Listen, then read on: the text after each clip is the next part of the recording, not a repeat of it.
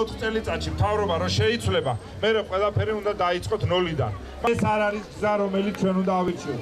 ჩვენი გზა არის განვითარებაში, თელავში, ქუთაისში თუ ნებისმიერ მარცხი ჩვენ უნდა გამოვიყენოთ. ამის დავიღალეთ ლაპარაკით, მოდით გავაკეთოთ სწორი არჩევანი. ამასაც ძალიან დიდი მნიშვნელობა.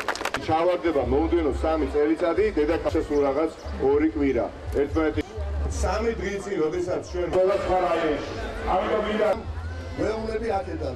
საქმატიკაცაა დიდუბეში და პლეხანოზე. ჩამოვიდეთ, იმიტომ რომ მე ვფიქრობ არის დრო, როდესაც რეალურად ცივი გონებით უნდა გავაკეთოთ არჩევანი. მივცეთ შანსი იმ ახალ, ასე ვთქვათ, წევრებს თუნდაც, იმ ახალ გუნდს, გადახალისებულ გუნდს, რომელსაც ცოდნავს, გამოცდილება, ჩვენ პროგრამაში არის 95% დაპირებების, რომლებიც არის დამუშავებული. მათ დაპირებებში არის ის დაპირებები, რომელიც იყო 2 წლის წინ. ამიტომ ვფიქრობ, ზედიზედ მესამე არჩევნებში ჩვენ შანსი არ უნდა მივცეთ სტაგნაციას. პირობა, რომელიც მან მოგცა, აბსოლუტურად არის ყველა პარამეტრი დარღვეული.